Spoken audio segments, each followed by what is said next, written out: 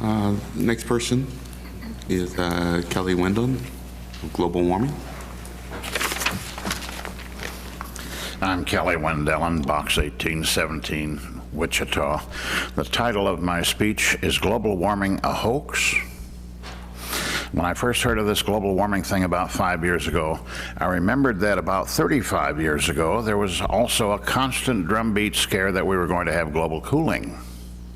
I went to the library to pinpoint this and found in the well-known Reader's Guide to Periodical Literature numerous articles under the subject Global Temperature Changes, or Global Cooling, for the years 1971 through 1978. The cooling and ice age articles were well documented in well-known publications such as Senior Scholastic, Science Digest, Science News, Chemistry, Farming Journal, Successful Farming, Saturday Evening Post, Newsweek, McCall's, National Geographic, Smithsonian, U.S. News and World Report, Time, and a host of others. When confronted with this evidence, some global warming proponents claim the 1970s cooling information was not accurate. But warming information is accurate. Sure it is. I believe everything everyone tells me. You can bet the proponents of global cooling 35 years ago didn't think it was inaccurate.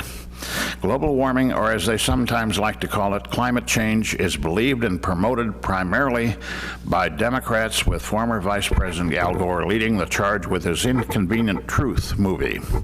Gore's Nobel Prize for this movie is a stunning quirk of successful propaganda. Adolf Hitler said, "People will more easily believe a big lie." The news media's global warming daily deluge is to convince people there is a problem. Then 1 year ago, in the fall of 2007, I found they have a less advertised solution, a carbon tax.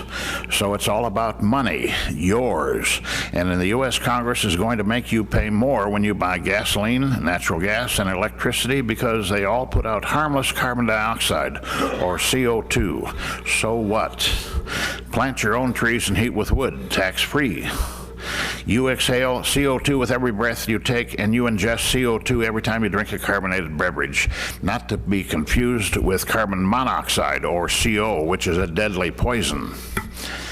If you've taken biology and or chemistry, you know trees and plants love carbon dioxide because it makes them grow faster. Some greenhouses buy bottles of CO2 for their plants. That's why they rightfully call CO2 a greenhouse gas. It's too bad more public officials and scientists don't blow the whistle on this global warming hogwash. I understand scientists who do can lose funding or their jobs. The American people have been misled and conned into being in favor of new taxes in the past. Just before World War I, citizens were convinced we needed to soak the rich. So the U.S. Congress passed the 16th Amendment to the U.S. Constitution, known as the Income Tax Amendment, in 1913. The tax was only 1% on incomes over $20,000, when most people made only $500 to $1,000 per year. Then along came World War II, and the U.S. Congress passed a temporary 5% income victory tax, starting January 1st, 1943, to fight Tojo and Adolf. This was the start of withholding, some temporary. About 1 year later, they claimed they needed to raise the temporary victory tax to 20%. This temporary income victory tax has now lasted over 65 years, and states have also been getting into the income tax money trough, and consequently, we get more government. Actually, Republicans are no better than Democrats. Democrats lie about global warming. Republicans lie about Iraq. Vote Libertarian.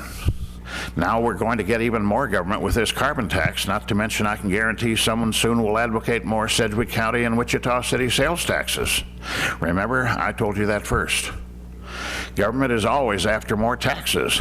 That is why a lot of elected representatives, Tom Winters, are voted out of office. Frankly, wind power sucks because it's, one, heavily subsidized by federal taxpayers, you, and will raise your electric rates. Two, it's hideously unreliable. The wind only blows 40% of the time. Three, very expensive to build, maintain, and transmit with backup generation.